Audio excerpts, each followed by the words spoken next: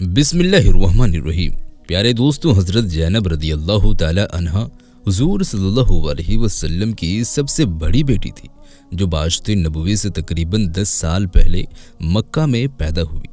حضور صلی اللہ علیہ وسلم کو نبوت عطا ہوئی تو حضرت زینب نے اپنی والدہ حضرت خدیجہ اور بہنوں کے ساتھ ہی رسول خدا کی تصدیق کی اور قبول اسلام کی سعادت پائی۔ حضرت خدیجہ کی تجویز پر حضرت زینب کی شادی اپنے خالہ جاد بھائی ابو العاص بن ربی کے ساتھ ہو گئی، جو حضرت خدیجہ کی حقیقی بہن حالہ کے بیٹے تھے۔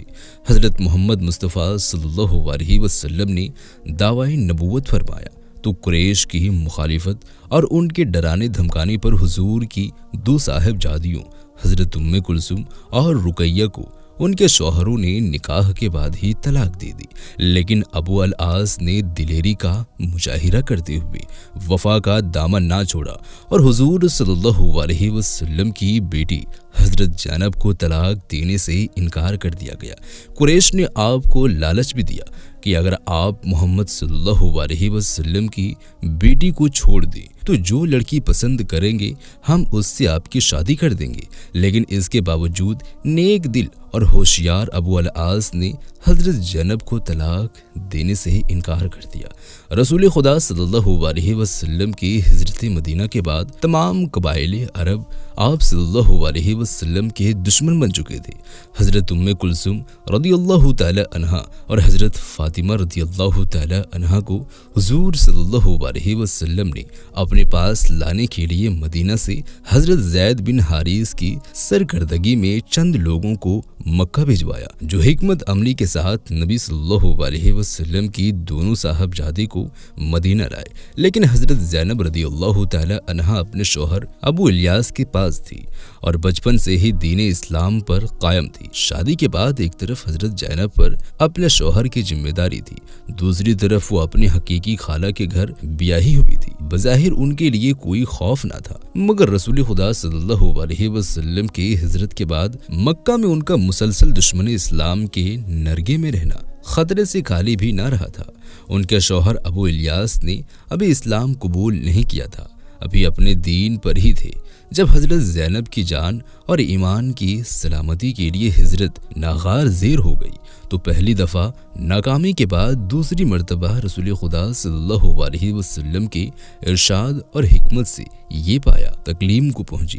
اس پہلی ہجرت کا حال حضرت عائشہ صدیقہ رضی اللہ تعالی عنہا یہ بیان کرتی ہیں کہ حضور صلی اللہ علیہ وسلم جب مدینہ تشریف لے گئے تو آپ کی بیٹی حضرت زینب رضی اللہ تعالی عنہا قبیلے کینانہ کے لوگوں کے ساتھ، یہ ایک اور روایت میں آتا ہے کہ حضرت ابو الیاس کے چھوٹے بھائی کنانہ کے ساتھ مدینہ کے سفر پر روانہ ہوئی، مگر یہ تقدیر کارگر نہ ہو سکی اور مشرکین کو پتہ چل گیا تو وہ طاق میں نکلے اور حبار بن اکبر حضرت زینب کے قریب پہنچ کر تیر چلانے لگا۔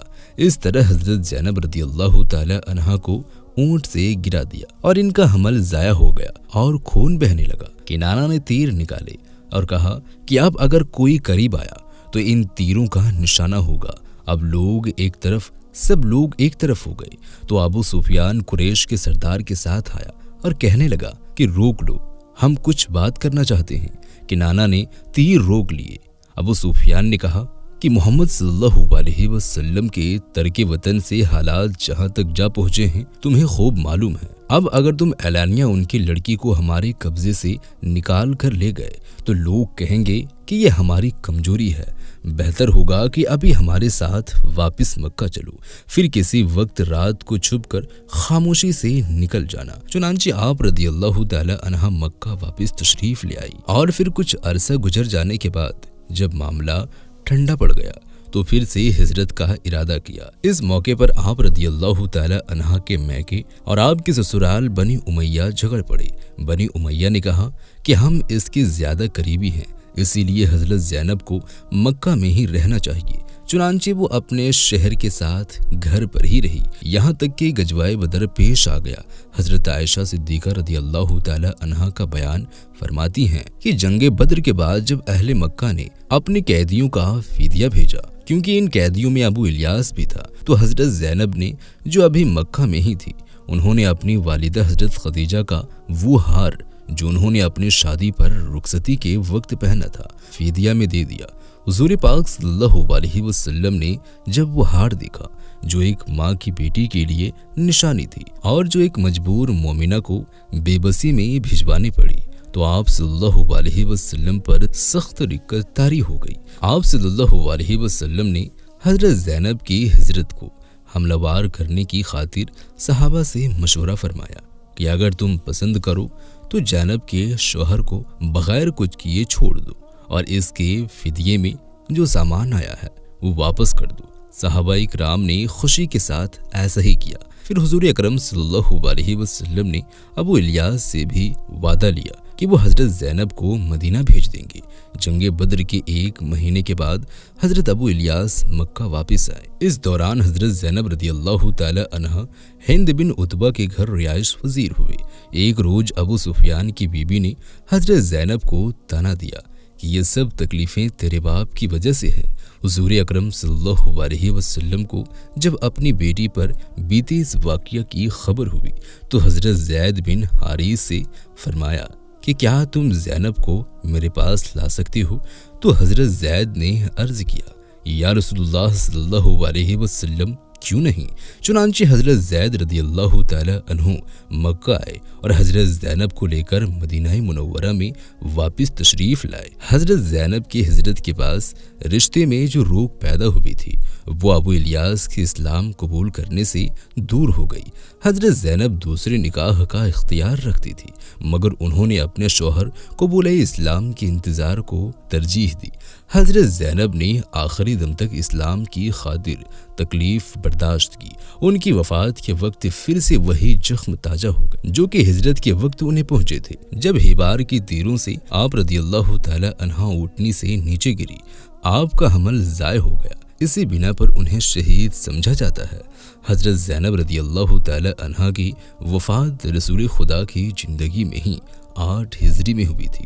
نبی کریم صلی اللہ علیہ وسلم نے ان کے غسل اور تجہیز و تدفین کے لیے خود ہدایت فرمائی۔ حضرت ام عطیہ رضی اللہ تعالی عنہ بیان کرتی ہیں کہ حضور پاک صلی اللہ علیہ وسلم تشریف لائے اور ہم سے فرمایا زینب کو 3 یا 5 مرتبہ بیڑی کے پتے والے پانی سے غسل دو، اگر تم ضروری سمجھو تو 5 بار سے بھی زیادہ مرتبہ نہلا سکتی ہو، آخر میں کافور بھی استعمال کرنا۔ حضور پاک صلی اللہ علیہ وسلم نے حضرت زینب کے متعلق ارشاد فرمایا یہ میری بیٹیوں میں سب سے افضل ہے کیونکہ اس کو میری وجہ سے تکلیفیں پہنچی ہے۔